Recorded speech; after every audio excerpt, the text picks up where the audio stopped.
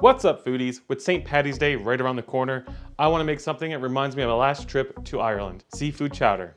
I was in this little pub called Arthur's, had one of the best seafood chowders I ever had, and I want to recreate that. Now, being from Newfoundland, Canada, I grew up on the coast, and oh boy did I have my fair share of seafood chowder growing up. So this is definitely a recipe that's near and dear to my heart, and definitely one of my favorites. So let's get into it. Alright foodies, first we're going to start by taking a Dutch oven or a large pot and placing it onto a burner and setting it to medium-high heat. Toss in 150 grams or 5 ounces of cut up smoky bacon. Add in a splash of water, it's going to help rend out the fat and promote even browning. This is the technique I use anytime I need to make bacon bits for a salad. Now you're going to want to cook your bacon bits until they're brown, because once we add in those onions, they are going to stop browning. At this point, I usually add in 50 grams of butter here to make a roux, but since the bacon I use has more fat than usual, I decided not to add my butter. If I had to add the butter in, it would have been too much fat. Now toss in 200 grams or roughly one medium-sized onion finely diced and give that a stir. Season with some salt and then add in 100 grams of celery or one large stalk, 200 grams or 2 carrots that are small diced. You're going to want to sweat these off for about 4 to 5 minutes, and then we're going to add in 3 cloves of crushed garlic and 1 tablespoon of thyme. Lemon thyme works really well here if you can get your hands on it. Let that cook for 1 to 2 minutes, then add in 2 tablespoons or 50 grams of flour and mix in and cook for 2 minutes. Alright, if you want to keep this chowder gluten-free, all you need to do is omit the butter and the flour. And what we're going to do is add an extra potato to the recipe. And at the end, we're going to take some of that potato out and some of the liquid, blend it up in a blender and add it back in, and that will thicken up our soup for us.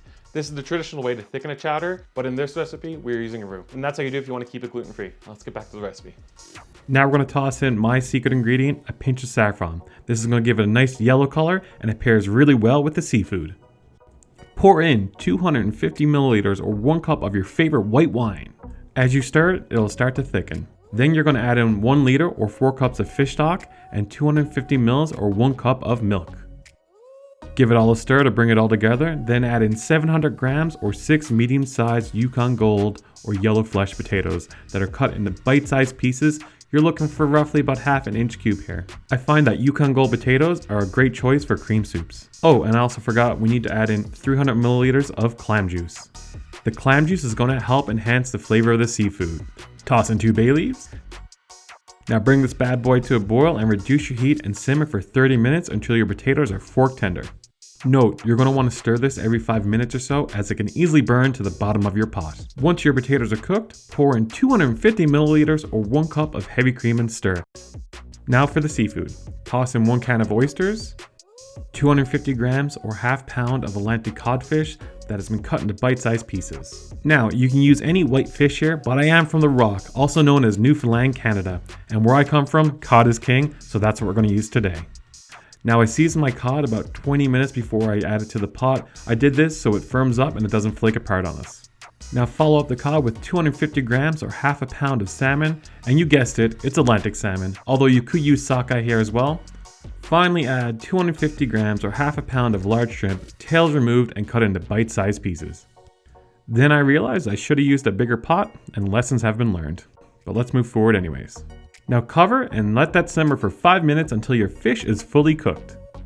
Go ahead and remove your bay leaves, knowing you put 2 in there but you can't seem to find the other one. Now grate in the zest of 1 lemon. This is going to help cut the richness of the chowder and give it a nice light flavor. Then season with salt and pepper to taste, and dish up a bowl of chowder and let's dig in. Alright, here we go.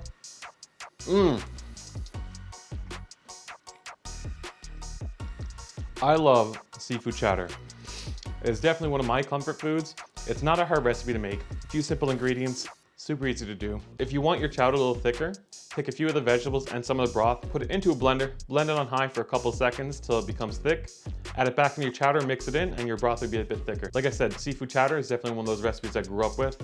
I love it. It's a comfort food for me, and I'd love for you guys to try it. If you like this video, give it a thumbs up and subscribe down below. Foodie out.